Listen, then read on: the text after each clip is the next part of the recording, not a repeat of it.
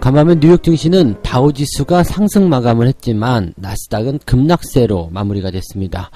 자, 다우지수가 올라온 배경은 분명히 경기 회복에 대한 기대감이 있었을 것이다, 이렇게 볼 수 있겠는데요. 나스닥이 급락한 이유는 버블이 꺼진다 라는 어떤 상반된 이유가 있었을 것이다 라고 보실 수 있겠습니다. 최근에 인플레이션이라든지 국채금리 상승, 여기에 대한 우려감들이 시장에 계속 나오고 있습니다. 근데 주식이 빠지려면 다 같이 빠져야지 왜 나스닥만 급락을 하고 다우지수는 올랐을까요? 여기에 대한 이야기 알아보도록 하겠습니다. 원유 생산에 대한 회복이 지연될 것이다 라는 분석이 나오고 있습니다. 최소한 2주 이상 걸릴 것이다, 이런 얘기들 나오고 있는데 그에 따라서 유가가 크게 상승세를 보이고 있습니다. 자, 일단은 미국에 불어닥친 기록적인 한파, 이것을 통해서 원유 생산 시설들이 지금 현재 마비 현상을 보이고 있다. 그래서 유가가, 즉 공급이 딸린다라는 이야기가 나오고 있는 건데 유가 상승 어떻게 바라봐야 되는지 알아보도록 하겠습니다. 앞으로 주가가 10% 이상 조정이 올 것이다, 이러한 분석 보고서가 계속 나오고 있습니다. 시장을 약간 불안하게 만드는 요인들이 아닐까 생각이 되긴 하는데요. 어떠한 근거로 마이너스 10% 이상 시장이 조정을 받을 것인지, 또 거기에 대해서 이야기하는 그 내용들 좀 알아봐야 될 필요가 있을 것 같고요. 정말 그러한 분석들은 신뢰도가 있는 것인지, 믿어도 되는 것인지, 우리가 조정에 대비를 해야 되는 것인지 같이 알아보도록 하겠습니다.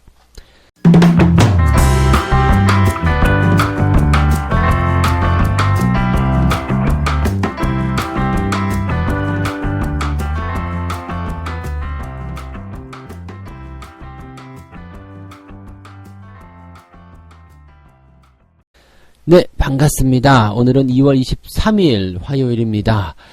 자, 다우지수는 상승 마감을 했습니다. 빨간색이네, 괜찮네 생각했다가 나스닥 보는 순간 헉 그러셨을 것 같아요. 지금 다우지수가요, 다우지수가 나스닥이 둘 다 하락 출발했습니다. 그런데 상승세로 쭉 진행이 됐거든요. 그러면서 오전 시점 지나가면서 오후까지는 다우지수가 제법 많이 올랐었습니다. 쭉 상승하다가 이제 장 마감에 상승폭을 조금 반납하면서 0.09, 즉 한 0.1% 정도 상승한 모습으로 마무리가 됐죠. 31,521포인트로 마무리가 됐고요. 나스닥은 13,533포인트, 즉 마이너스 2.4%나 급락세를 보였습니다. 하락 출발 이후에 지속적으로 하락세를 보이게 되는 그런 모습이 좀 나타나게 됐는데, 장 초반에 하락한 모습들을 조금 회복하는 모습은 좀 보였습니다만은 여전히 하락세로 더 강하게 만들어지면서 주가가 빠지는 흐름을 보였습니다. 자, 다우지수와 나스닥이 이렇게 벌어질 만한 이유, 이게 다우는 올라가는데 나스닥은 떨어졌다. 사실 이것도 잘 맞지 않잖아요. 그러면 시장이 떨어지려면 다 같이 떨어져야 되고 오르려면 다 같이 올라야 되는 부분들인데 다우지수만 올라가고 나스닥만 떨어졌다. 이것은요, 나스닥 쪽에 무슨 일이 있었던 것이 아니겠는가, 또는 나스닥에만 이렇게 하락이 나타날 만한 특별한 어떤 재료가 나타난 것은 아닌가, 이렇게 분석이 좀 돼야 되는 부분이라고 생각하시면 되겠습니다. 그래서 오늘은 이제 시장 전반에 걸친 이야기들하고 나스닥이 왜 이렇게 조정을 받았어야만 했는지 거기에 대한 부분들 같이 알아보도록 하겠습니다. 자, 일단은 국채금리 상승입니다. 국채금리의 상승이 왜 갑자기 주목을 받아야 되는지 그건 잘 모르겠습니다만, 일단 국채금리가 상승을 하게 되면서 여러가지 부작용이 나올 것이다 라는 시장의 전망들이 나타나고 있습니다. 자, 계속적으로 말씀드리고 있는 내용이지만 국채금리의 상승은 인플레이션하고 그 다음에 기준금리의 상승까지도 같이 동반시킬 수 있다라는 불안감을 가지고 있다고 그랬죠. 그런데 지금 이 인플레이션에 대한 어떤 조정이라든지 또는 기준금리의 인상, 이 모든 것들은 연준이 조정할 수 있다고 말씀드렸는데 이 부분에서 파월 의장이 그럴 생각이 없다, 그런 거 아니다라고 일단은 말을 해놓은 상태예요. 그래서 그 형태의 모습을 일단은 정답을 정해놓고 국채금리가 계속 올라가는 부분에 대한 그 내용만 좀 보시면 된다는 이야기죠. 그래서 시장은 일단은 장기금리와 이런 국채금리의 상승, 그 다음에 장기금리와 단기금리의 금리 차이 확대, 이것은 경제회복의 대표적인 신호로 꼽힌다라고 이야기가 되어 있습니다. 이것은 지난번에 설명을 드렸지만 이 장기 국채금리의 그 금리 상승은 가격의 하락, 즉 수익률의 상승으로 얘기한다고 말씀드렸죠. 그 가격이 하락한다라는 부분들은 채권을 팔고 자금이 어디론가 이동하고 있다는 얘기나 마찬가지라고 말씀드렸습니다. 그러면 금리가 상승함에 따라서 그 빠져나온 자금들이 어디로 갔을까? 주식시장. 모두 다 주식시장 가지 않았을 수도 있겠죠. 뭐 비트코인이라든지 또는 이제 부동산 이런 쪽으로 이동했을 수도 있겠습니다만, 이렇게 자금의 이동이 채권에서 빠져나오고 있다, 이렇게 해석할 수 있는 부분이고요. 안전자산에서 위험자산으로 빠져나온다, 이런 식으로 해석하셔도 됩니다. 이것은 경기가 좋을 때 나타나는 행동이다 라고 보시면 되는 부분인데, 단기적으로 이렇게 그 금리가 상승을 하게 되면은 일단은 뭐라 할까요? 금리 상승에서 가장 피해를 볼 수 있는 기업들이 있어요. 이게 그 채권이라든지 이렇게 발행을 통해서 뭔가 이제 그 금액을, 비용을 받아들이는, 그 돈을 받아들이는 그런 기업들 입장에서는 그 이런 금리 상승 같은 부분들이 단기간에 비용 부담으로 올 수 있는 상황이 좀 되는 거죠. 그러니까 지금은 이제 고성장 기술 기업에게는 위험 요인이 될 수 있다라는 얘기가 되는 거고, 또 채권이 상승하는, 채권의 금리가 상승하는 거죠. 즉 수익률이 상승하게 되면 채권도 투자하기 괜찮네, 주식 위험한데 하지 말자 라는 생각을 할 수도 있는 사람이 생겨난다는 얘기죠. 그래서 채권 쪽으로 다시 돈이 들어가는 그런 형태의 모습이 나타날 수도 있다. 즉 대체제라고 하는 거죠. 주식 말고도 수익을 낼 수 있는 대체 상품이 나타나게 되면서 그쪽으로 이동하는 사람들이 생길 수 있다, 이렇게 볼 수 있는 내용이 좀 되는 겁니다. 그래서 뭐 지금 현재 보면은 이 채권 금리의 상승이 시장에 이제 큰 부담감을 주게 될 것이다, 앞으로 이제 조정에 대한 포인트를 계속 만들어내게 될 것이다, 이런 식으로 분석이 되는 경우들이 많이 있단 말이에요. 그러니까 이 채권금리가 계속 오르고 내리고 하는 부분들에 민감하게 반응할 수밖에 없는 거고요. 그 다음에 이 채권금리 상승하는 것에 대해서 연준이 어떻게 대응할 것인가, 여기에도 주목이 되고 있는 거죠. 그러니까 사람들이 채권금리가 계속 올라가는데 연준 니네 가만히 있을 거야? 근데 연준은 가만히 있을 거야, 괜찮아, 이 정도는 나는 신경 쓰지 않아, 뭐 이런 식으로 얘기를 하고 있는 건데, 자, 여기에 대한 그 생각이 계속 충돌하고 있는 모습들이죠. 말은 저렇게 하지만 언젠가는 하겠지. 그리고 뭐 언젠가는 하겠죠. 언젠가는 하는데 지금 당장은 아니라는 거, 그것을 우리가 꼭 생각하기는 해야 될 것 같습니다. 자, 그래서 지금 보면은 다우지수 같은 경우는 경기 회복에 대한 기대치, 그런 것들이 계속 받아들여지고 있고 정책적인 수혜도 계속 나타나고 있단 말이에요. 그런 부분들을 통해서 주가가 상승하는 모습을 좀 보였는데, 나스닥 같은 경우는 어때요? 기업들이 뭐 자금 조달에 대한 어떤 비용적인 부담감, 뭐 여러 가지 상황들이 좀 답답하게 만들어지다 보니까 주가가 조정을 받는 그런 형태의 모습이 좀 나타나기도 했죠. 그러니까 많이 올라온 기업들일수록 이런 조정에 대한 폭이 더 커질 수밖에 없었다, 이렇게 판단하실 수밖에 없는 내용이거든요. 그러면 지금 다우지수는 올라가고 나스닥은 떨어지는 것에 대한 이유가 설명이 되는 거고, 국내 증시로 넘어가더라도 이런 영향을 받아들인다면 지금 시장 경제는 계속적으로 좋아지고 있는 상태로 가고 있다. 그렇지만 단기적으로 많이 올라온 기업들에 대해서는 뭐 연기금 매도도 나오는 거지만 이렇게 단기적 조정에 대한 필요성들이 나타나고 있기 때문에 많이 오른 종목들, 즉 고점에 어느 정도 주가가 형성되어 있는 그런 기업들 같은 경우는 주가의 조정이 나타날 수도 있다, 이런 식으로 우리가 부담감을 생각하실 수 있다는 얘기가 되는 겁니다. 그래서 시장에 대한 전체적인 흐름은 앞으로 더 움직이고 더 상승할 거지만 단기적으로 많이 올라온 기업들에 대한 조정은 피해가기 어렵다. 자, 이 얘기는 뭐 늘 해드렸단 말씀이잖아요. 그러면 단기적으로 많이 올라온 종목들이 대형주에 포진이 되어 있다. 그렇다면 우리나라 증시 같은 경우는 뭐 미국 같은 경우는 나스닥이겠습니다만 우리 같은 경우는 코스피 쪽에 많이 포함되어 있단 말이에요. 그러면 이 대형주, 시총 상위권 종목들이 조정을 받게 되면서 지수가 지지부진한 모습을 끌고 가는 거, 그것이 지금 현재 포인트고요. 그 다음에 이런 형태에서 이제 주가가 크게 조정을 받을 것이냐.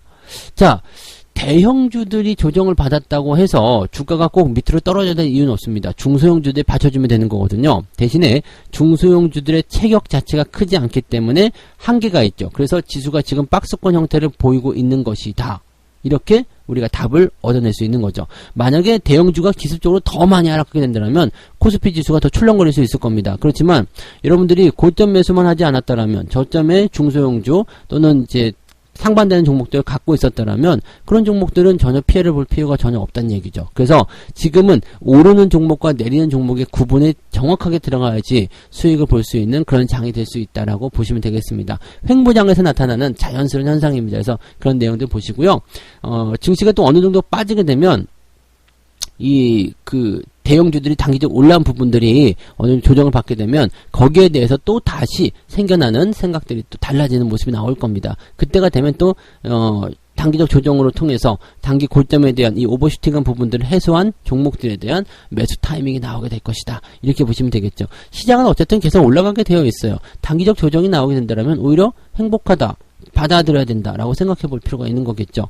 다우지수와 나스닥의 움직임, 미국 증시의 흐름이 그러한 것들을 설명해 주고 있다고 보시면 되겠습니다. 자, 지금 미국 증시가 계속적으로 또 경제 활동에 대한 부분들이 계속 좋아질 것이라고 생각하는 부분들은 이제 경제지표에서 나타나고 있습니다. 이번 주에 발표된 경제지표는 다 좋다고 말씀을 드렸죠. 지금 전미활동지수가 0.66, 지금 지난달보다 상승을 했습니다. 그리고 시장 전망치보다도 더 높았고요.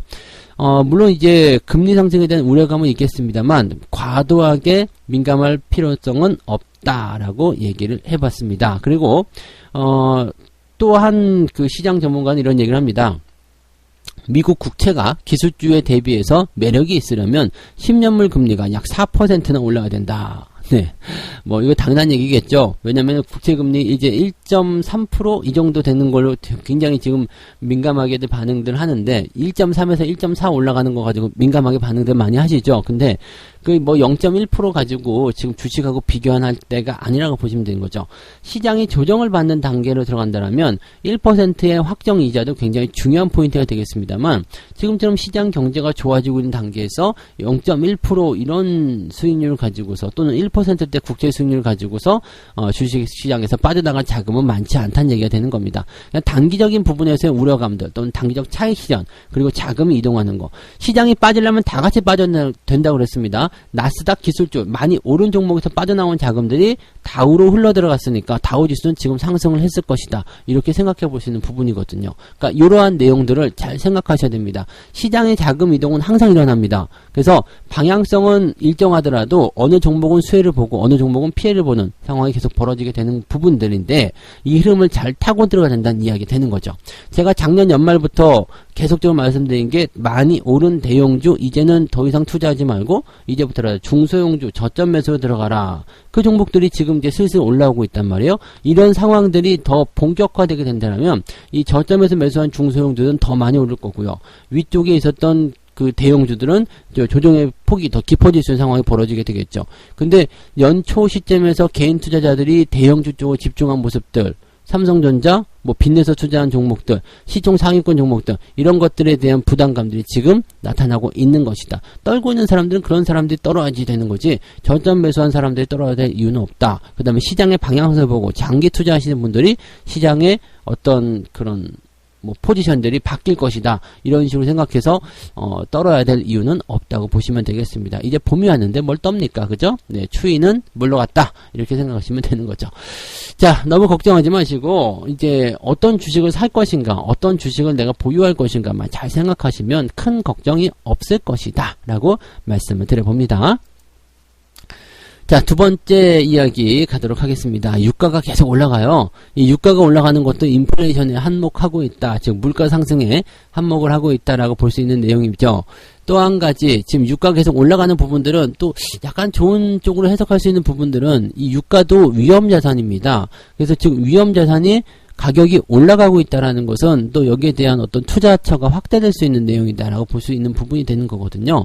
물론 이제 일시적인 내용이다라고 우리가 해석할 수밖에 없기 때문에 어느 정도 제한적인 상황이다라고 볼 수 있겠습니다만은 지금 유가가 상승하는 이유는 이렇습니다. 미국에 불어닥친 기록적인 한파 그것 때문에 송유관 이런 것들이 그냥 파손이 됐대요. 그래서 뭐 전기도 잘 안 들어오고 지금 텍사스에 있는 삼성전자 공장도 전력 문제로 지금 공장 가동이 중단되어 있는 상태잖아요. 뭐 그런 부분들. 그래서 지금 뭐 송유관이라든지 또는 전력 또는 시설 뭐 이런 것들에 대한 부분들이 정상화가 되고 있기 어렵고 또 당분간 정상화되기가 어렵다 이런 얘기가 나오고 있기 때문에 현재 이제 이 원유 생산에 대한 부분들 그런 것들이 좀 제한적이 될 것이라는 얘기가 나오는 거죠. 그래서 원유 생산에 대한 부분이 이제 최소 2주는 걸려야지 정상화될 것이다라고 되어 있기 때문에 이 유가의 상승이 일어날 수밖에 없는 상황이 좀 된 거죠. 공급이 일시적이나마 좀 딸릴 수밖에 없는 상황이 되는 거기 때문에 유가의 상승이 나타날 수밖에 없다라고 보시면 되는 겁니다. 그런데다가 이제 지금 이제 그 코로나 바이러스에 대한 그런 봉쇄 조치 이런 것들이 점점 완화가 되고 있다. 이 부분 있죠. 영국 같은 경우가 이제 6월 말에는 모든 규제를 제거할 것이다 라고 되어 있고요. 3월 초에는 등교를 시작하게 될 것이다. 뭐 독일 같은 경우도 마찬가지고요. 지금 유럽 지역에서 가장 이제 심각하게 나왔었다라고 되어 있지만 접종을 시작하고 나서 이제 점점 그 수가 늘어나고 있고 되다 보니까 이제 이러한 그 봉쇄 해제 계획을 발표하게 되는 상황들이 나타나게 된 것 같습니다.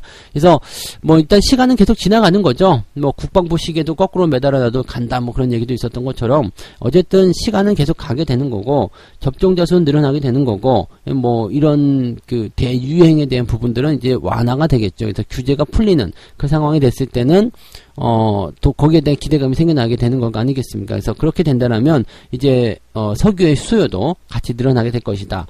왜냐면 이제 봉쇄 조치가 풀리게 되면 경제 활동이 일어나게 되고 그렇게 되면 석유 수요가 늘어나는 것은 당연한 얘기가 아니겠습니까? 그래서 그런 부분들이라고 생각하시면 되겠고 지금 현재 이 상승에 대한 부분들이 계속 만들어지게 되는 것은 또 다른 의미로 보게 되면은 그 산유국들 입장에서는 돈 되는 석유를 계속 뽑아내야 된다는 얘기가 또 나올 수 있거든요. 그래서 지금 산유국들 얘네들이 오펙이 이제 또 회의를 열 거란 말이에요. 야 지금 기름값이 높아졌으니까 우리가 기름을 조금 더 많이 파내자, 많이 팔자. 물 들어올 때 노졌자 이렇게 생각할 수도 있다는 얘기가 되죠. 그래서 오펙이 분명히 4월 정도에 회의를 열게 되면 다음 달에 이제 회동을 하게 됩니다. 3월 정도에 회동을 하게 돼서 이제 4월부터 산유량을 늘릴 것이다 이런 얘기를 이제 하게 될 텐데 그렇게 되면 이제 기름이 더 많이 생산이 되는 거잖아요. 그리고 이제 다음 달 정도 되면은 지금 텍사스 쪽 한파로 인한 부분들이 많이 완화가 되는 상황이 좀 될 거예요. 그렇게 되면 이제 기름값이 다시 내려갈 수 있는 상황이 될 수 있겠다.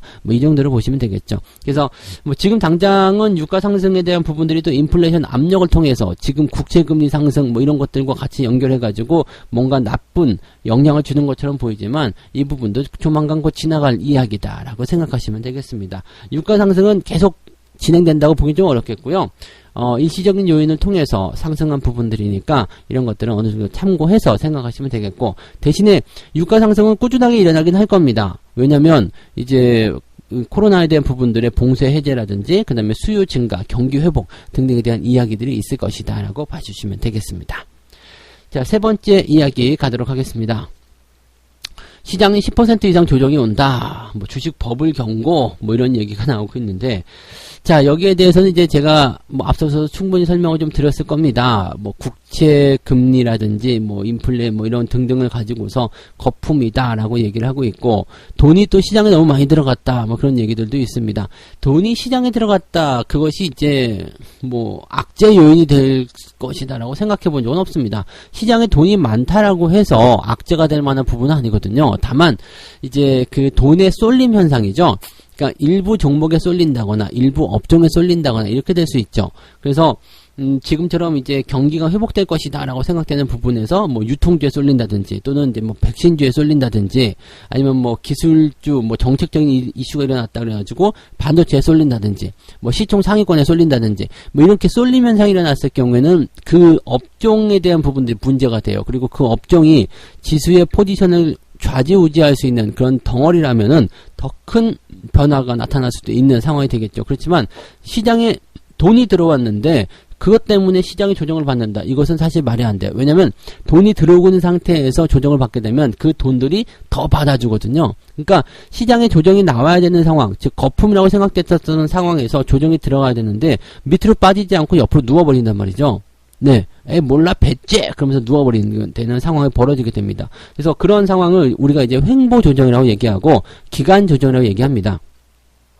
그 기간 조정 속에서는 이제 사람들이 좀 지치는 사람도 나타나게 되고 이제 자금의 이동도 일어나게 되는 부분이 있습니다만 빠진 만큼 그대로 또 메꿔주는 포인트가 나타나게 되기 때문에 일부 많이 오른 종목들은 주가가 조정이 나타날 수 있지만 오르지 않은 종목들 쪽으로 자금이 훅 들어가기 때문에 시장의 전체적인 분위기는 크게 변하지 않는 그런 상황이 만들어지게 됩니다. 그래서 그런 포인트로 보시면 되겠고요. 대신에 이러한 상황 속에서는 문제가 될 수 있는 것들이 많이 오른 주식에 대한 조정이 나타날 수 있다는 얘기죠. 왜냐하면 자금 이동이 일어나게 됐을 경우에 많이 오른 주식을 먼저 타겟으로 때리게 되거든요.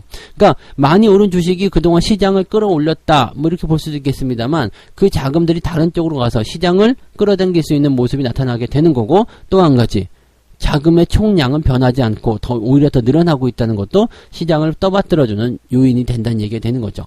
즉 시장이 조정을 받으려면 시장에 만약에 100만큼 들어왔던 자금이 빠져나가야지 된다는 얘기거든요. 근데 지금은 자금이 계속 꾸역꾸역 들어오고 있어요. 원래는 100밖에 안 들어왔지만 110이 들어와. 그런데 이 100에 대한 자금이 다른 쪽으로 이동을 한대요. 왼쪽 주머니에서 오른쪽 주머니 이동한대요. 그럼 왼쪽 주머니에 있었던 느낌들, 왼쪽 주머니에는 불룩했었던 그런 돈에 대한 내용들이 갑자기 빠져나가니까 허전하겠죠. 왼쪽 주머니 텅텅 비었네? 근데 오른쪽 주머니가 불룩해졌어요. 내 돈의 총량은 변하지 않았거든요. 근데 어느 쪽으로 자금이 이동했느냐, 그 부분이 이제 중요한 포인트가 되는 거죠. 그래서 사실 10% 이상 조정이 온다라는 것은 대형주가 그동안 또는 이제 지수를 끌고 올라갔었던 종목들이 그동안 많이 올랐기 때문에 조정을 받을 것이다 라는 부분에서 나타나는 어떤 산술적인 수치가 아닐까라고 생각이 되고 있는 부분이고요. 또 한 가지는 이제 시장의 어떤 이런 기대감, 경기 회복에 대한 기대감이 이미 시장에 반영되었다, 이런 얘기들도 있습니다.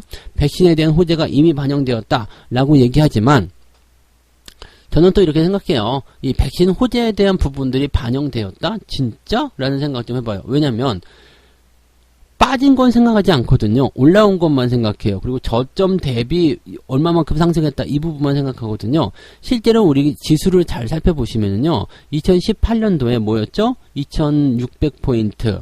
그 다음에 주가가 이제 무역 분쟁 때문에 계속 내려갔었다가 그 부분이 해소되는 시점에서 이제 어느 정도 이제 상승할 수 있는 기조, 즉 2000포인트에서 2100포인트 이렇게 만들어내고 있었잖아요. 그러다가 코로나로 인해 가지고 1500포인트 정도까지 훅 빠졌어요. 그러면 1500포인트까지 빠진 것은 사실은 이 악재에 의해서 빠진 거지. 그리고 이 부분들을 다시 되돌려주기 위해서는요, 2100 이상, 2200포인트까지는 주가가 어느 정도 만들어져야 되고요. 그 2200포인트 정도 수준이 뭐예요? 저점 바닥이라는 얘기예요. 그러면 2200에서 지금 3000까지 올라간 부분인데 이것 가지고 많이 올라갔다, 경기 회복에 대한 기대감을 가지고 있다 라고 하긴 좀 그렇죠. 물론 코로나에 대한 부분에 대한 내용들이 이렇게 뭐라 그럴까, 그 백신에 대한 기대감을 통해서 어느 정도 회복되는 그런 구간이다. 그러면 빠진 만큼만 올려줘야 되는 것 아니냐, 이렇게 해석할 수 있습니다. 그러면 뭐 한 2400이든 뭐 그런 포인트로 나타날 수 있겠죠. 다만 여기서 우리가 해석해야 되는 부분들은 뭐냐면, 코로나 이전에 이미 경기 회복에 대한 그런 턴어라운드가 시작이 되고 있었고요. 그 다음에 그 턴어라운드 상황으로 계속 진행이 됐었다라면 아마 지금은 2700에서 2800 이상은 갔어야 된다라는 예상이 나올 수 있다는 부분입니다. 그렇다면 지금 전체적인 어떤 수치보다도 뭐 살짝 더 올라온 부분이죠. 그러니까 지금 오버슈팅한 부분이 맞긴 맞아요. 뭐 자금이 많이 들어와서 뭐 시총 상위권에 맹목적으로 막 들어가 있고 그런 부분들, 좀 생각보다 많이 올라온 내용들이 있긴 있습니다. 그렇지만 그것이 그렇게 과한 부분이냐? 네, 이렇게 생각해 볼 수 있는 부분이고요. 또 백신에 대한 호재 뭐 반영돼도 괜찮아요. 어차피 백신이 경제를 끌고 가는 건 아니거든요. 대신에 지금 후속타로 끌고 들어올 수 있는 경기 부양책이라든지 자금이라든지 이런 것들이 무지막지하게 남아있고, 또 당분간은 연준이라는 이런 입장에서 본다면 더 이상 경기 정책에 대한 그런 긴축 정책을 하지 않겠다라고 얘기를 하고 있기 때문에 사실적으로 봤을 때는 호재는 이미 반영이 되고 있지만 앞으로도 더 반영이 될 것이다라고 얘기를 해봐야 되는 부분이거든요. 그러니까 사실은 주가가 단기적으로 올라온 것 제외하고는요, 뭐 지금 악재가 사실은 없다고 볼 수밖에 없어요. 많이 올라온 것에 대한 부담감을 표현할 수 있겠지만, 그런 것들이 또 조정을 만들어낼 수 있겠지만, 피로감을 가져갈 수 있겠지만, 그것을 통해 가지고 뭐 시장의 추세가 바뀐다든지 망가진다든지 이렇게 될 수는 없다, 이렇게 보시면 되겠죠. 그래서 시장에 대한 부분들은 단기 조정이 나오면 오케이 땡큐 4달러 그러시면 되는 것 같아요. 그래서 크게 걱정하실 필요는 없을 것 같고, 종목 구성만 잘 해주시면 됩니다. 종목 구성만 높이 올라간 주식에 들어가서 기웃대지 마시고요, 아래쪽에서부터 움직일 만한 종목들을 가지고 대응을 하시면 됩니다. 항상 그 방법, 그 전략이 어떠한 시장에서도 먹혀 들어간다는 거, 하락장이든 상승장이든 어떠한 시점에서도 저점 매수만이 여러분들에게 도움을 준다는 것을 꼭 잊으시면 안 되겠습니다. 자, 오늘 이렇게 세 가지 이야기 전달을 해드렸습니다. 다우지수가 올라갔고 나스닥이 급락했는데 그 배경 무엇인지 한번 알아봤고요. 원유의 가격이 계속 올라가고 있는데 원유 생산의 회복이 지연되면서 유가가 계속 올라갈 수밖에 없다라는 이야기 해드렸습니다. 시장이 10% 이상 조정이 온다고 라고 걱정들을 많이 하고 있지만 많이 오른 주식들이 조정을 받는다고 라고 이야기를 다시 한번 해드릴 수 있겠습니다. 그래서 이런 내용들 같이 참고하시면 되겠네요. 자, 책 한 곡지 읽고 마무리하도록 하겠습니다. 주식에 대한 지식이 필요하고 시장의 운영 원리도 파악을 해야 한다. 규칙을 모르면서 어떻게 돈을 벌 수 있겠는가? 상대의 수를 읽지 못하면 어떻게 게임에서 이길 수 있겠는가? 투자도 게임과 마찬가지로 상대방의 수를 읽을 줄 알아야 한다 라고 되어 있습니다. 상대방의 수를 읽을 줄 알아야 한다는 것은요, 지금 시장에서 이야기하는 그런 부분들을 어떻게 해석할 수 있어야 되는지, 그 본질적으로 가까이 접근해서 그 내용들을 가지고 우리가 분석할 수 있어야 된다는 이야기 됩니다. 지금 쟤네들이 저렇게 말을 하고 있는 이유는 뭘까? 쟤네들이 팔고 있는 이유는 뭘까? 쟤네들이 말하고 있는 그 의도는 어떤 것들이 나오고 있는 것인가? 그런 것들을 참고하시면 된다는 얘기죠. 시황 잘 들으시면 다 알게 되실 겁니다. 네. 자, 오늘 여기까지 하고요. 오늘도 여러분들 성공 투자 하시기 바랍니다. 저는 장중 시황 때 다시 올게요. 고맙습니다.